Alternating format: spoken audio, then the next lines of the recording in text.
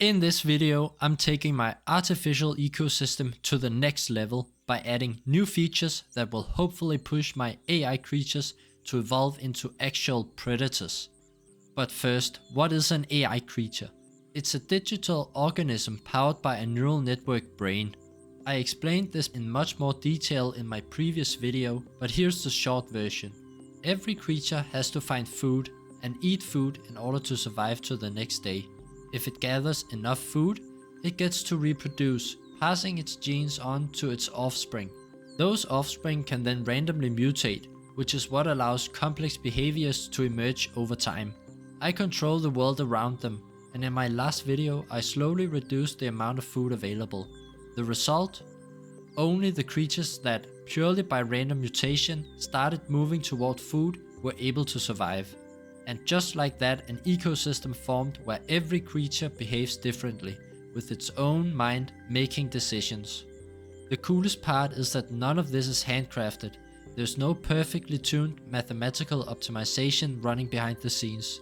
It's all driven by randomness and natural selection, just like in the real world, where the only rule is that a species survives if it can reproduce and pass on its genes. I was not a fan of creatures being able to simply back into food and consume it. To address this, I introduced a biting mechanic. Biting is now an intentional action the creature must choose. To discourage mindless biting, I added an energy system. Creatures expend energy both when moving and when biting.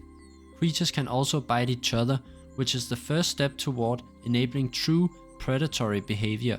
Bite damage depends on several factors, including how strongly the creature wants to bite and how much energy it has left. I've also added a stomach system that determines how well a creature can digest plants, meat, or both. This value can mutate over time, allowing creatures to evolve into herbivores, carnivores, or omnivores. Let's see it in action.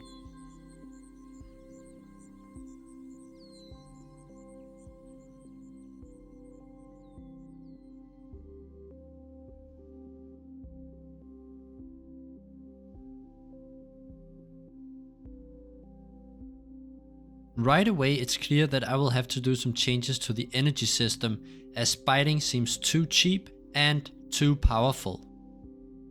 Is this our first predator? It looks promising, but maybe not just yet. Alright, let's balance the energy cost a bit. Let's give our creatures some time to evolve.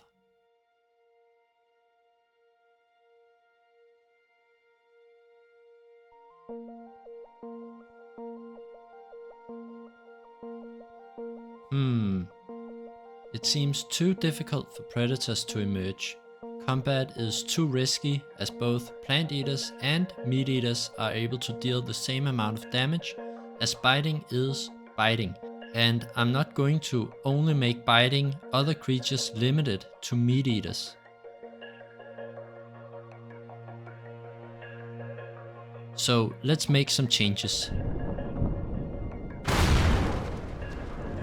Now I have introduced jaw strength and teeth shape and increased the size of their brain. Basically, a creature can evolve two types of teeth, flat teeth and sharp teeth. They can evolve both types of teeth at the same time, but the sum of both types of teeth can never exceed 1. Eating grass quickly depends greatly on flat teeth, and eating meat quickly depends on sharp teeth. A strong jaw is not as necessary for eating plants as it is eating meat. In addition, the stronger the jaw, the more energy it costs to bite. This is to make constant biting undesirable when they have a strong jaw. Here, single strong bites are the better choice. I've also made the bonus of eating meat 2 times higher than eating plants, and there is an extra bonus based on how much food the prey have eaten. So an extra juicy creature will give more food to predators.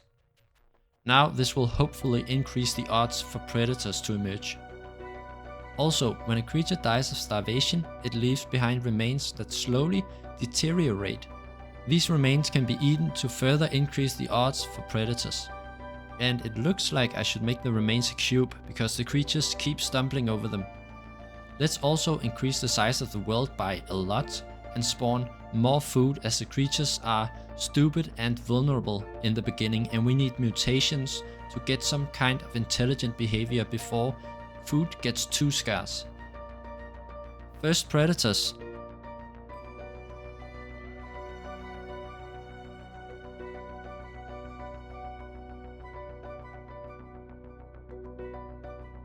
Wait, but something is off. They have flat teeth, a weak jaw, and pretty much no sharp teeth. And this one has eaten 23 foods. What?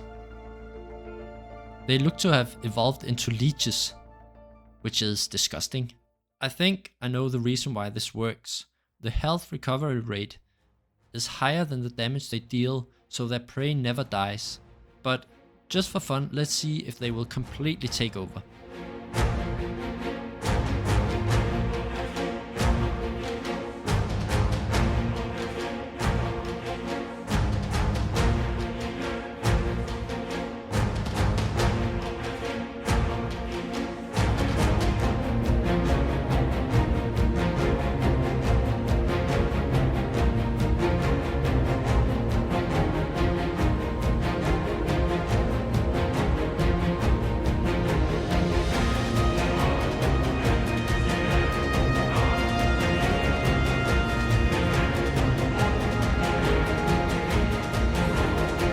Well, it looks like evolution took care of them and the plant eaters killed them off. And this is actually quite interesting because these creatures were doing perfectly fine before other species were introduced into their area, where these other creatures had evolved much sharper teeth and a stronger jaw, so these leech-like creatures had no chance in combat and were eventually wiped out by competition entering their area. Alright, now that the small imbalance has been corrected, I feel like the changes I wanted to implement in my ecosystem are finally ready. It now features a dynamic food supply that periodically shrinks to force more deliberate eating behavior. After each drop, the supply slowly rises again, inviting a population boom before the cycle begins anew. Creatures have gained jaws and teeth, adding an additional layer of evolutionary diversity, along with a stomach that can drift between fully herbivorous and fully predaceous, an energy system that drives their movement and biting, tying survival directly to how efficiently they spend their energy, and I've also implemented a health system. With their vision, creatures can now detect all of these traits, enabling avoidance behaviors and more complex interactions. Their brains produce 4 outputs: speed, rotation, bite desire, and fear, giving them a simple but expressive way to act in the world. One of these, the 4th output neuron, serves as a kind of memory neuron, currently called fear. Its output is fed back into the neural network on the next iteration. The name doesn't really matter. After all, we can't know what the creatures will ultimately use this output neuron for. But for now, it gives them a primitive memory. Later on, they'll be able to evolve even more of these. Evolution also shapes 2 key properties: a parameters change ratio, which evolves between 0 and 1 and controls how many parameters mutate in the offspring, and a learning rate, which governs the magnitude of those mutations. Alright, now everything is in place, let's see what happens next.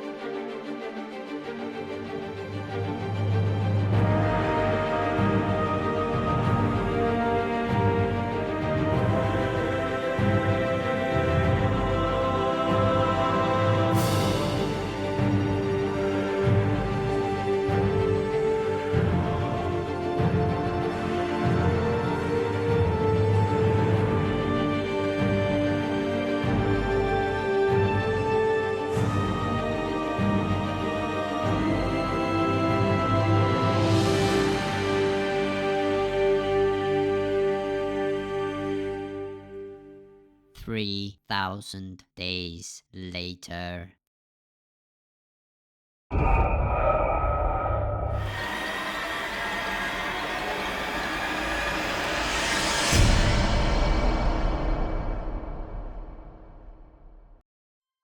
Even though predators did not evolve, we can still observe some pretty fascinating stuff. Creatures have evolved mostly sharp teeth, and this must be due to creatures always having to fight. But fighting is very risky, which must be why predators who would depend on fighting could not emerge. They have also evolved weak jaws, as they are not as necessary when eating plants. Most fascinating of all is that the creatures are able to save energy by having a low bite desire when no food or other creatures are present. But observe how bite desire quickly rises when either food or creatures come close. It is amazing because the creatures are not given the distance between creature and food, but instead given only coordinates. So their neural network brains have evolved to calculate distances on their own. My ecosystem is now much more complex, but there is still a lot of work to do.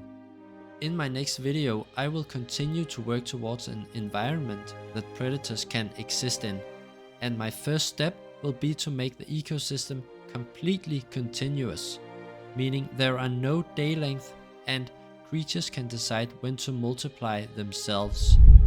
If you enjoyed this video, please don't forget to hit the like button and subscribe. It helps me out a lot and I greatly appreciate it. I'll see you in my next video.